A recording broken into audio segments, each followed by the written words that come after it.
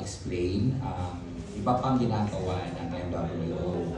Hindi lang po sa pagtugon sa mga problema, kundi sa mga options na pwede nyo gawin after nyo.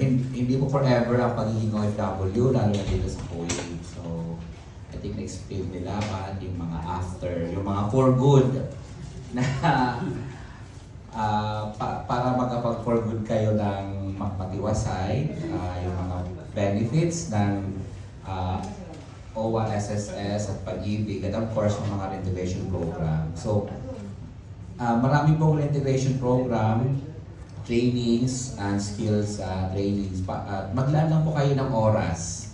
Mostly naman dapat ito weekend to. I think may mga, for example, ngayong hapon may haircut for women.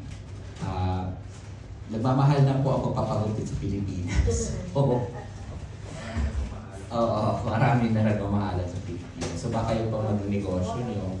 Or at least kung hindi na kayo magbabayad ng paggupit sa mga anak nyo, malaking tipid din yun sa pamilya nyo.